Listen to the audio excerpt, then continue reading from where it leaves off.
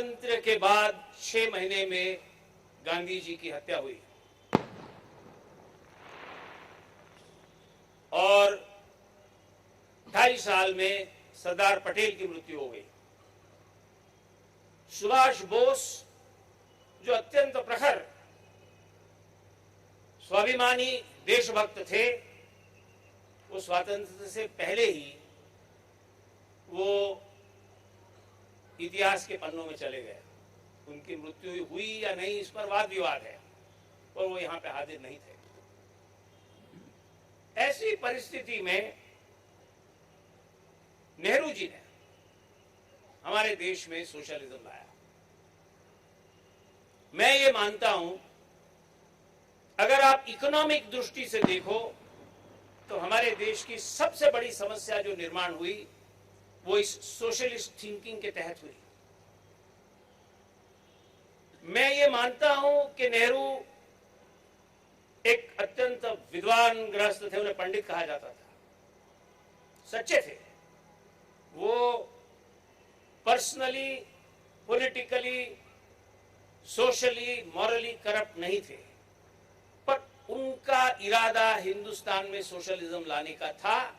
और ये इस पर से साबित होता है कि 30s में जब नेहरू जी जेल में थे तो उन्होंने जो पुस्तक लिखी है, जो बाद में पुस्तक रूप से प्रसिद्ध हुई, उन्होंने पत्र लिखे अपनी बेटी को। तो एक पत्र में लिखा है कि Hindu, if ever India becomes independent, we must follow the Soviet model of central planning and we must adopt socialism, and we cannot depend on the market forces and free economy। ये उन्होंने 30s में लिखा है। मौका मिलते ही उन्होंने इस बात को आगे लाया। इसका असर क्या हुआ? सोशलिज्म ये एक materialist, non humanist, cold philosophy है। आज दुनिया ने उसको धुतकार दिया है। रशिया, चाइना ये सोशलिज्म से उभर गए हैं, उनको समझ आ गई कि ये गलत है। पर उस समय नेहरू ने हमारे देश को उस तरह ढकेला और nationalisation of industries, central planning वगैरह जैसे बड़े डिफिकल्ट प्रोसेसेस हमारे देश के सामने उन्होंने लाए और उसको, उन चीजों को उनकी बेटी ने, इंदिरा गांधी ने बढ़ाया। कोल माइंस नेशनलाइज करी, बैंकें नेशनलाइज करी। अभी लास्ट वीक में रिजर्व बैंक के गवर्नर ने कहा है कि शायद कुछ नेशनलाइज बैंकें ये दिवालिया साबित हो सकती है। दीपक पारेख का कहना है कि अगर आप कोल प्राइवेटाइज कर दो तो आपका एनर्जी प्रॉब्लम साल भर में समाप्त हो जाएगा, क्योंकि आज इतनी बड़ी कोल हमारे पास में सामग्री है पर उसके ऊपर हम उसका उपयोग नहीं कर पा रहे। तो ये सब इकोनॉमिकली रॉन्ग पॉलिसीज के तहत हुआ है। एक मैं जब सोचता हूं तो मेरे समझ में ये आता है कि अकबर बहुत बड़ा बादशाह था।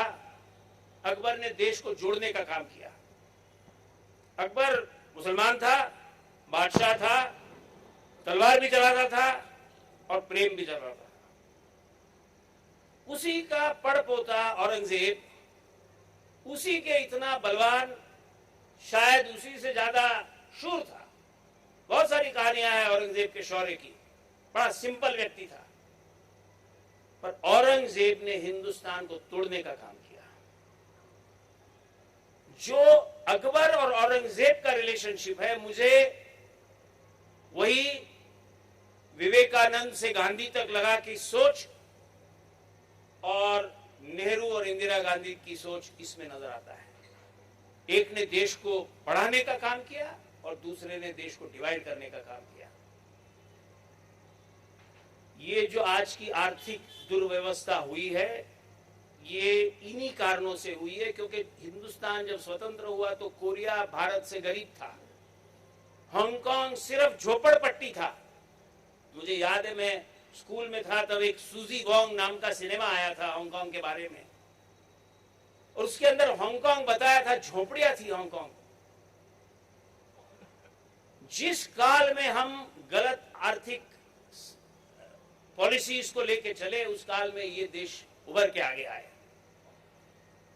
सोवियत यूनियन और चीन पिछड़ गए थे, पर आज वो झटक के आगे आ रहे हैं। अगर हम हमारे देश को सुधारना चाहते हैं तो आर्थिक मामलों में हमें सरकार को उसमें से हटाना होगा।